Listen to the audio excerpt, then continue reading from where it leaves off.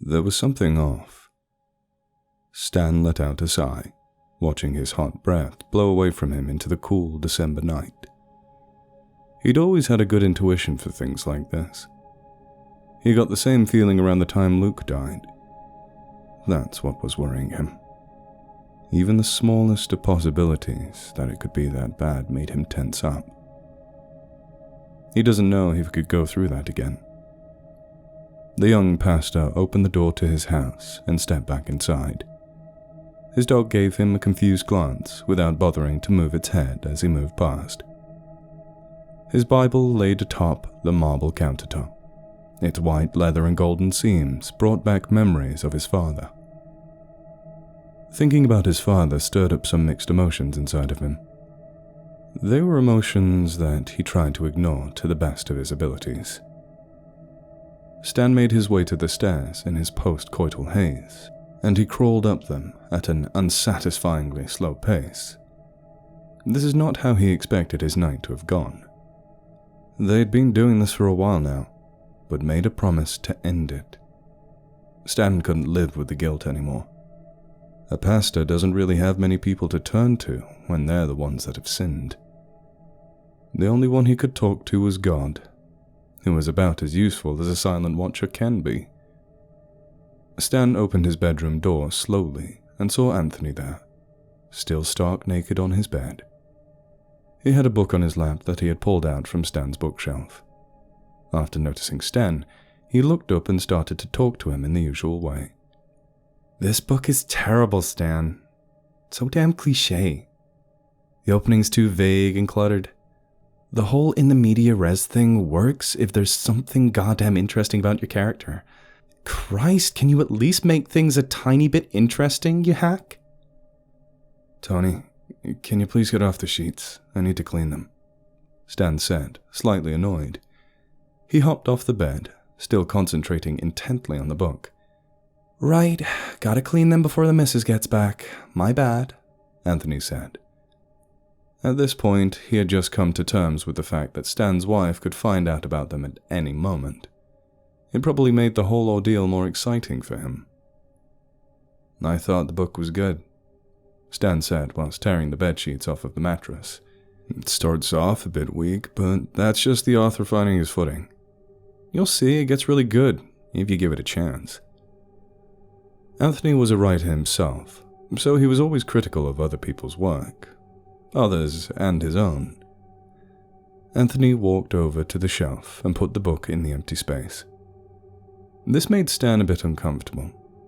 He'd spent hours trying to put all of them in alphabetical order, and now Tony comes over and ruins it. Stan was a very meticulous person, and Anthony's carelessness could annoy him sometimes. That's what he liked about him. Tony was always there to remind him that he didn't have to be so constrained to a boring life. Anthony offered Stan an escape from a life that he wasn't happy living in.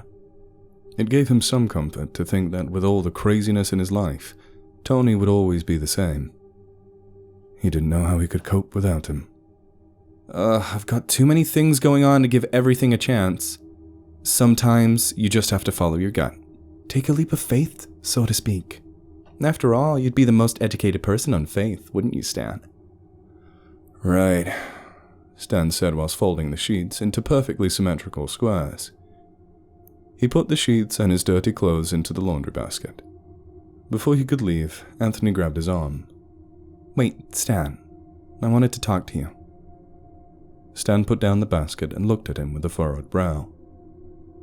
"Stan, I just wanted to tell you how I felt. How I really felt. None of this banter shit. I know you don't want to hear it, but I have to tell you before it's too late." Stan started to brace himself. A breeze blew past the both of them from the open window. At that moment, it was just the two of them. The chirping crickets outside felt light years away. There was no wife, no church, no regrets, just them. Tony looked at him in a way that Stan hadn't seen in him for years. For once, it wasn't a look of a man who would take any opportunity to lighten the mood. It wasn't the look of the friend he's known since high school. It wasn't even the look of an occasional lover. It was the look of someone who was intimate with him. For the first time in what seemed like forever, the look of someone he loved and someone who loved him back. "Stan?" Tony paused. He caught his breath, and in what seemed like a moment that they had both knew would come for years, blurted out something he knew he couldn't take back. "Stan, I love you." And there was a silence for a while. Neither of them spoke. They just stared into each other's eyes, not moving an inch. Again, the world seemed to stop for those few precious moments. This wasn't the casual thing he had thought it would be, the occasional catharsis that would make him a much purer man. For all his rationalizing and philosophizing, he realized that he was wrong. He knew that it was wrong for him to abandon any remaining feelings he had for his wife. But was dragging her along really that much better? While Stan stood there contemplating, Anthony started to think his words meant nothing to him. Maybe the young preacher wasn't the good man he thought he was. Maybe this was all a mistake. While they stood there alone in that room, Anthony began to think that his words were whispers in the wind. There was something that Stan would never hear, no matter how much he wanted him to. Anthony looked up, hoping that his confession would be what really convinced him if Stan cared about him or not. Stan moved his lips, trying to speak, but the words wouldn't come out. His throat felt like it was closing up. Each attempt to tell him how he really felt only came out as a sort of grunt. Each was its own excuse for the pastor's weary heart. He didn't know if he could let anyone as close to him as he did with Luke. The real horror came to him when he realized that when he looked at Anthony, all he could see was Luke. No, he couldn't just replace Luke like that. It'd be wrong. It'd be horrible for him to do that. There'd be no one who could fill that hole that Luke left in his life when he died. Luke had been his best friend since they were both kids, and when things escalated, Stan embraced it completely. Luke died in a car crash 10 years ago. The suddenness of his death hit Stan hard. Stan settled down with a woman from his church and lived a full, boring life with her. There was nothing wrong with her in any conventional sense, but Stan couldn't stand being around her. Maybe it was the fact that his marriage reminded him of his lost love. For years now, he realized any attraction he had for her was fleeting with every hour. He didn't think he ever really loved her. But no matter how much he resented their marriage, she didn't deserve what this would do to her. Stan took the laundry and left the room. He couldn't deal with this. Before Stan left, he looked at Anthony one more time. Every part of him was trying to get enough courage to tell Anthony how he really felt. Stan looked at him with somber eyes and said something he knew he couldn't take back. "Anthony, I love you too." Stan closed the door, immediately regretting what he said. He slammed his fist into his thigh. He didn't know if this was the right thing or wrong thing to do, but he regretted it anyway. It wasn't that by loving him, Stan was breaking one of his faith's ideals. It wasn't even that he was betraying his wife. The one thing that he was worried about is if it was genuine or not. Stan loved God with all of his being, but this one part of him, something he was never able to control, means he's looked down upon by his community. He had to keep it a secret since he was young. Luke and Tony never had any problem about being open about who they really were, but for Stan, because of his line of work, it was a death sentence. He remembers all the hours of talking to his congregation about their friends, family, or even spouses possibly being homosexual. Stan would always mutter the same empty phrase. God tells us to love each other no matter our faults. Accept them for who they are and pray that maybe they're wrong. They always left disgruntled. Stan could always read the look on their face. That wasn't what I wanted you to say. Stan composed himself and walked back downstairs. He threw his laundry into the washer and pressed the button, hearing the low hum behind him as he left the basement until it eventually became inaudible. Stan looked back at the clock on the wall atop the staircase. He tried for a moment to read the time, but then realized that the hands weren't moving. The clock was broken. It had stopped just a few minutes ago. He'd have to change the batteries when he got a chance. He opened the door to the basement and went into the kitchen. While in the kitchen, he saw something odd. There was this silhouette of what he assumed to be a caterpillar crawling across his window. It was the middle of winter, but somehow the poor thing was still alive. He walked over to the window, but as he got closer, the caterpillar scurried out of sight. He opened it, but when he looked outside, he couldn't see anything there. It must have been too dark. Stan slowly shut the window and heard a whiny creak come from its hinges. He walked up the stairs only to see the same caterpillar in the window, and again, as he got closer to it, it scurried out of sight. There was no way that thing could have gotten to the second-floor window so fast.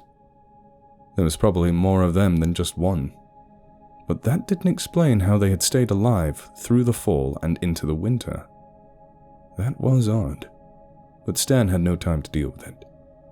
He had to get back to talk to Anthony, maybe apologize for doing that to him, for leading him on, even if he wasn't so sure he loved him himself. Stan opened the door to his bedroom, but Anthony wasn't there. He turned his head around the corner to see if he was sitting in the chair to the back of the room that wasn't directly in the line of sight of the doorway, but he wasn't. He must be in the bathroom. Stan walked over to the room next to his bedroom and knocked on the door. Sure, they had both seen each other naked before, but he still had some manners. There was no answer. He knocked again, just double-checking. Still no answer. He turned the doorknob and opened it, only to see Anthony standing in front of the sink. "Sorry, Tony, I didn't realize you were in the—" He cut himself off when he realized something was wrong. The water was running, but there was no sound coming from it. Anthony wasn't moving an inch. He didn't even acknowledge Stan's presence. Stan looked at the sink and saw the water standing completely still. He walked towards it and touched it. There was now an indent in the stream of the water that was the shape of his fingertip. Drops of water trailed around the stream and hung in the midair. This didn't make any sense. He tried to get Anthony's attention, but nothing he did would get Tony to notice him. He stepped backwards, confused as to what was going on. But then he looked up at the clock at the bathroom wall. It was stopped at the exact time, just like the other one. Stan thought for a moment and came to a conclusion that he wasn't comfortable even acknowledging. From what he had seen, it was almost like time had stopped. Nothing around him was moving at all, regardless of what happened to them. Stan opened the bathroom door and ran back downstairs. He turned on the kitchen sink. Nothing came out of it. Stan was baffled. He rummaged through his cabinets, trying to find his lighter so he could see his way in the dark, hoping it would still work. He grabbed a paper and threw it behind him. Stan found the lighter and tried with frantic hands to use it, but it wouldn't work. He tried dropping it back into the cabinet, but it hung there in midair, not falling at all. Stan looked at it in confusion, turning around only to bump into the paper he had thrown behind him. Just like the lighter, it was floating. Stan tried to run back upstairs to see if he could get Anthony to move, but while he was climbing up the stairs, he heard a shrill scream come from under him. He looked around him, but didn't see a thing. He lifted his shoe to see that there was something under his foot. A small creature that looked almost like a caterpillar was crushed under his foot. The thing almost seemed to have a face, with small slits where the eyes should have been and a gaping mouth for a hole. Its blood trickled down his foot onto the ground. What the hell was this thing? How could it move when nothing else could? How could he move when nothing else could? He continued up the stairs, seeing another caterpillar. It crawled underneath the door to the bathroom. Stan ran to the door and threw it open. There were thousands of them. Each one were different sizes and shapes, some as big as his hand. They crawled out from the sink, the drain, and small holes in the window which looked like they'd burrowed themselves. Each one moved towards Anthony, creeping along the walls and ceiling until they reached his feet. They crawled around his legs, enveloping Anthony slowly until Stan couldn't see him behind the wall of flesh. Stan ran towards him and tried ripping each of them off, but as he grabbed them, they started to bite him. He tore them off, but they each ripped off pieces of skin when they were forcibly removed. Stan staggered backwards as his hand became completely red.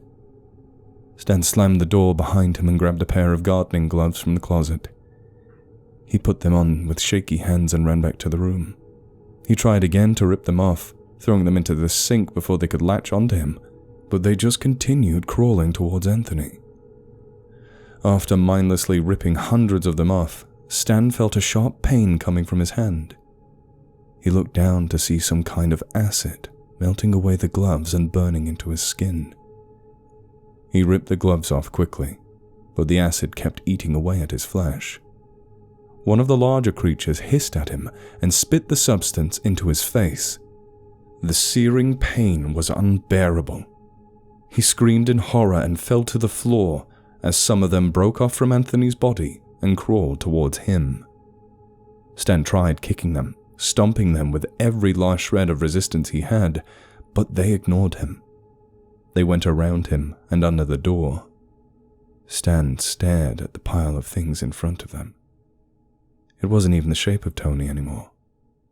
It was just a large pile of them, writhing and crawling over each other to get to the door.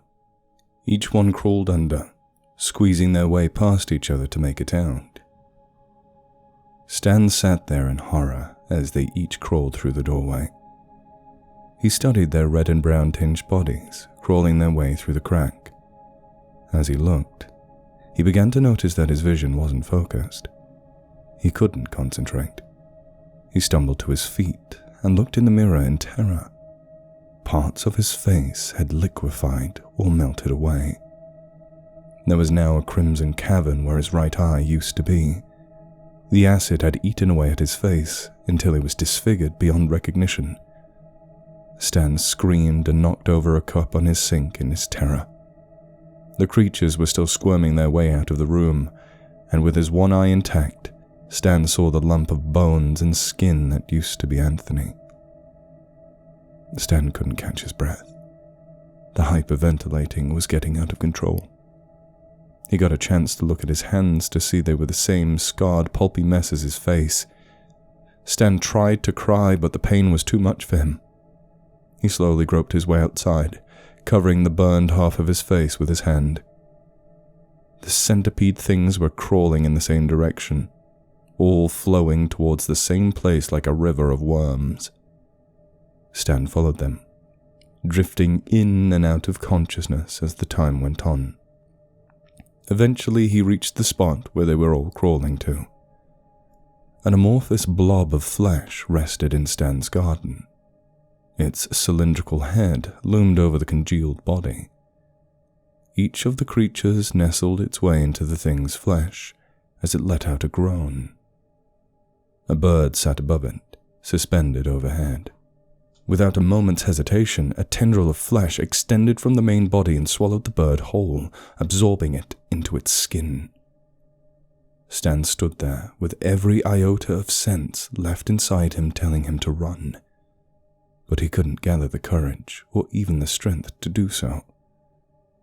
The blob before him spoke in a hoarse voice that sounded all too familiar to Stan. It spoke in Anthony's voice. Food. Hard to find. This galaxy. Many times. Find none. Stan. The voice became more gurgled as it spoke. The thing crawled like a bird, spewing out more of the worms, who quickly crawled their way back into its folds. More of the worms appeared from the bushes and joined with the others. The thing expanded slightly and then deflated with a wheezing noise. It then spoke to him more clearly this time, like it had refined itself in a matter of seconds, now speaking like an adult instead of a child. I absorb information through consumption.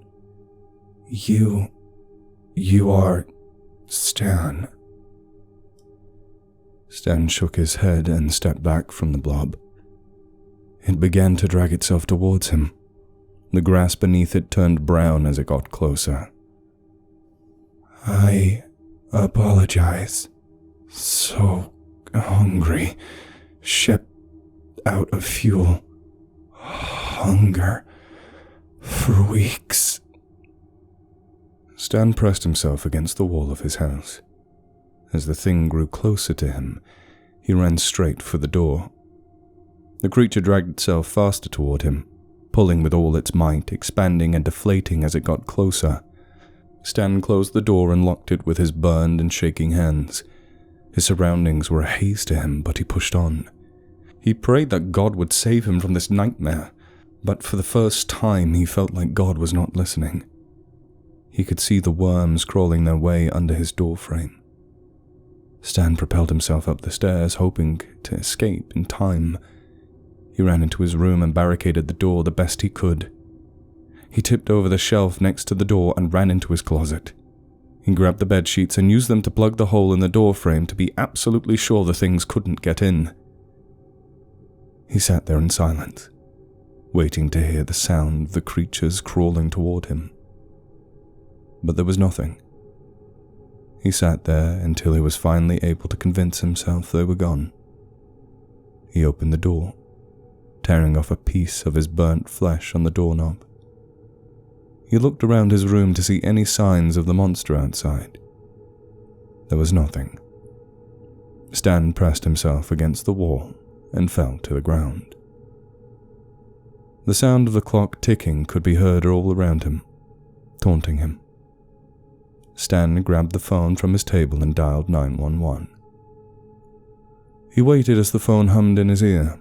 The tips of his fingers moved across his still open wound where his eye once had been, just barely touching it. He looked at his hand to see his torn, bloody skin beginning to peel. Stan grabbed the white and gold Bible from his table and started to read. Someone on the other end finally picked up. 911, what is your emergency? The young preacher sat there. He didn't say anything. He did not know where to start. For the first time in his life, he truly felt alone. Anthony was gone. The shell of what used to be his closest friend littered his bathroom floor. He could never explain this without looking like a lunatic or in severe shock. He laughed a little, hearing the monotone voice ask if he was okay.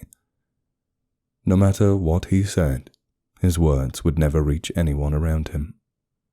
They would just be whispers in the wind.